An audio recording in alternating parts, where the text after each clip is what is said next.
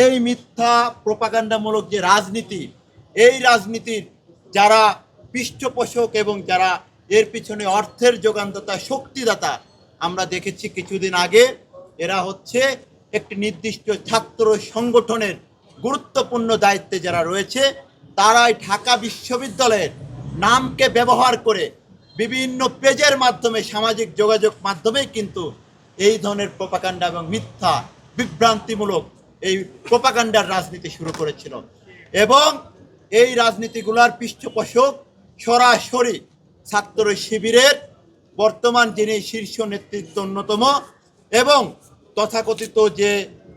প্রশ্নবিদ্ধ যে ডাকসু নির্বাচনটি হয়েছে, সেই ডাকসুর যিনি ভিপি হিসেবে যিনি দায়িত্ব নিয়েছেন, সেই ভিপি সাদিক কায়েমের নেতৃত্বে এবং তার সহযোগী যারা, তারাই এই পেজগুলো পরিচালিত করে এবং ঢাকা বিশ্ববিদ্যালয়ের ছাত্র নেতৃবৃন্দ এবং নারী নেতৃগণকে নিয়ে যত ধরনের অশালীন ভাষায় কুৎসা রটানো যায়, সেই কাজগুলো তার নেতৃত্বে তার সহযোগীরা সরাসরিভাবে এই কাজগুলো 5 আগস্ট পরবর্তী সময় থেকে করে আসছে এবং এটি আজকে পুরো জাতির সামনে উন্মোচিত হয়েছে। এবং এটি উন্মোচিত হওয়ার পরে ঢাকা বিশ্ববিদ্যালয়ের যে সম্মান, যে ইতিহাস, যে ঐতিহ্য, সেটি ব্যাপকভাবে ভুলণ্ঠিত হয়েছে এবং পুরো জাতির সামনে আজকে ঢাকা বিশ্ববিদ্যালয়কে নিয়ে হাসি তামাশায় অন্যান্য বিশ্ববিদ্যালয়, অন্যান্য শিক্ষা প্রতিষ্ঠান এই বিশ্ববিদ্যালয়কে হেয় করার মতো সুযোগ তৈরি করে দিয়েছে এই গোষ্ঠীটি। কালার এক্সপার্ট, জর্জ স্যাপ এবং মাইল্ড অন হ্যান্ডস টেকনোলজি সমৃদ্ধ অরিক্স ক্রিস্টাল ওয়াশ আপনার লন্ড্রি এক্সপার্ট। তার বিরুদ্ধে আজকে আমরা অতীত সময়েও যে প্রশাসন ছিল ঢাকা বিশ্ববিদ্যালয়ে নিয়াজ আহমেদের অধীনে, তার অধীনে যে প্রশাসন ছিল, আমরা নিয়াজ স্যারের কাছেও এর আগে এসেছি,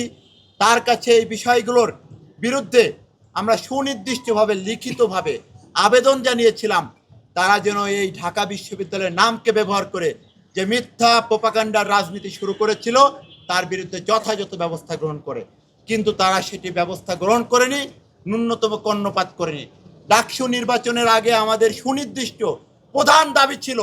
ঢাকা বিশ্ববিদ্যালয়ের নামকে ব্যবহার করে এই পেজগুলো যারা পরিচালিত করে সেটিকে যেন বন্ধ করা হয় এবং এটি যারা করবে তাদের বিরুদ্ধে ব্যবস্থা গ্রহণ করা হয়, কিন্তু তারা তখন সেটি করেনি। আবার নতুন প্রশাসনের দায়িত্ব গ্রহণ করেছে। আমরা দেখেছি আজকে ঢাকা বিশ্ববিদ্যালয়ে যে উত্তপ্ত পরিস্থিতি তৈরি হয়েছে শুধুমাত্র এই গোষ্ঠীটির এই ধরনের প্রোপাগান্ডামূলক মিথ্যা রাজনীতির কারণে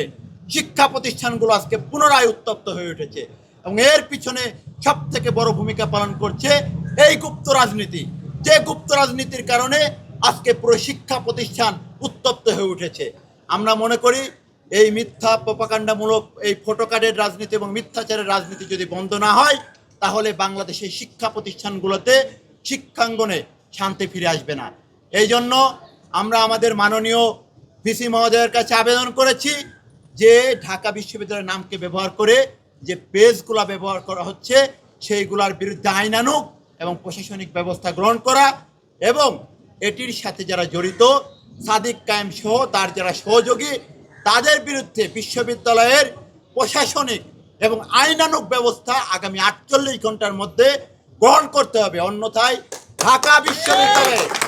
শিক্ষার শান্তি শৃঙ্খলা এবং সুস্থ পরিবেশ ফিরিয়ে আনার জন্য বাংলাদেশ জাতীয়তাবাদী ছাত্রদল ঢাকা বিশ্ববিদ্যালয় সাধারণ শিক্ষার্থীদেরকে সাথে নিয়ে শিক্ষাঙ্গনে সুষ্ঠু পরিবেশ নিশ্চিত করার জন্য ঐক্যবদ্ধভাবে আন্দোলন গড়ে তুলবে। আমরা এই বার্তাটি আজকে আমাদের ঢাকা বিশ্ববিদ্যালয় প্রশাসনের নিকট বাংলাদেশের জাতীয়তাবাদী ছাত্রদল ঢাকা বিশ্ববিদ্যালয়ের পক্ষ থেকে সুস্পষ্টভাবে এই দাবিগুলো জানিয়ে এসেছে।